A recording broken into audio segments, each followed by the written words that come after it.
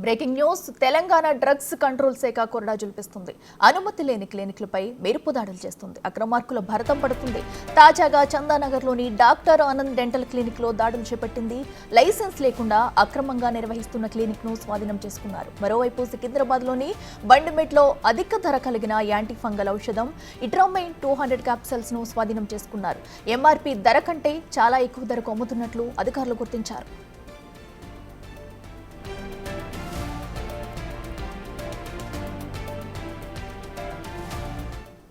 ఇదే అంశానికి సంబంధించి మరింత సమాచారం మా ప్రతినిధి రాణా అందిస్తారు. రాణా, చెప్పండి, మరి ఇటు డెంటల్ క్లినిక్ లో అయితే కూడా అధికారులు దాడులు చేసినట్టు తెలుస్తుంది. అయితే ఈ క్లినిక్ లో ఎలాంటి ఎంఆర్పీ రేట్ కంటే కూడా ఎక్కువ ధరకు కూడా అమ్ముతున్నారంటూ కూడా తెలుస్తుంది. అక్కడ డీటెయిల్స్ ఏంటి?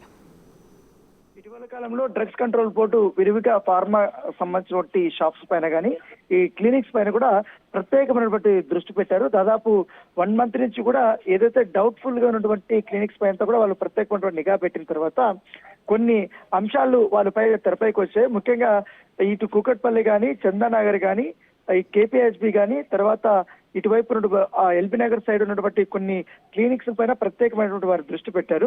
వాటిలో అధిక ధరలకి ఈ మందులు వాడకం కానీ ఇవన్నీ కూడా చేస్తున్నారు. దాంతోపాటు ఈ టైం అయిపోయినటువంటి ఎక్స్పైర్ అయిపోయిన డేట్ తో ఉన్నటువంటి మందులు కూడా అమ్ముతున్నట్టుగా వాళ్ళు చూశారు. దీంతో పాటు డెంటల్ క్లినిక్ లో కూడా ఈ రకమైనటువంటి పరిస్థితి ఉంది. ఎందుకంటే అధికంగా అమ్ముతున్నటువంటి వీటన్నిపై కూడా చర్యలు తీసుకున్నారు.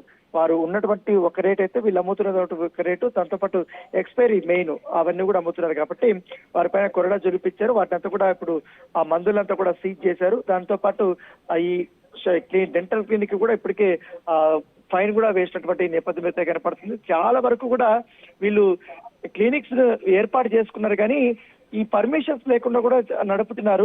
వాటికి ఎటువంటి సర్టిఫైడ్ సంబంధించినటువంటి ఇవి కూడా లేదు. దాంట్లో ఉన్నటువంటి సిబ్బంది కానీ వాళ్ళకందరికీ కూడా ఎటువంటి సర్టిఫికేషన్ కూడా లేనటువంటి వారు ఉన్నారు. వాళ్ళే ఈ మందులు కానీ ఇవన్నీ కూడా వాళ్ళు రోగులు కానీ వీళ్ళందరికీ తీసుకెళ్ళినటువంటి నేపథ్యం కనపడుతుంది. సో దీనిపైన ప్రత్యేకంగా కూడా వాళ్ళు దృష్టి పెట్టిన నేపథ్యంలో కేసులు కూడా నమోదు చేస్తామని కూడా వాళ్ళు చెప్పారు. మొదటికైతే ఇప్పుడు ఫైన్ అయితే వేశారు కాబట్టి షాప్స్ అయితే లైసెన్స్ అయితే మేము క్యాన్సిల్ చేస్తామనేసి కూడా డ్రగ్ కంట్రోల్ బోర్డు అధికారులు అయితే చెప్పిన నేపథ్యం కాబట్టి దాదాపు గత 6 నెలల నుంచి కూడా చూసాం. ఇటు బ్లడ్ బ్యాంకుల పైన దాడులు చేశారు, తర్వాత ఫార్మా కంపెనీల పైన దాడులు చేశారు, ఫార్మాకి సంబంధించిన షాప్స్ మీద దాడులు చేశారు. ఇప్పుడు ఏకంగా క్లినిక్ల మీద కూడా వాళ్ళు దాడులు చేస్తున్నటువంటి పరిస్థితి.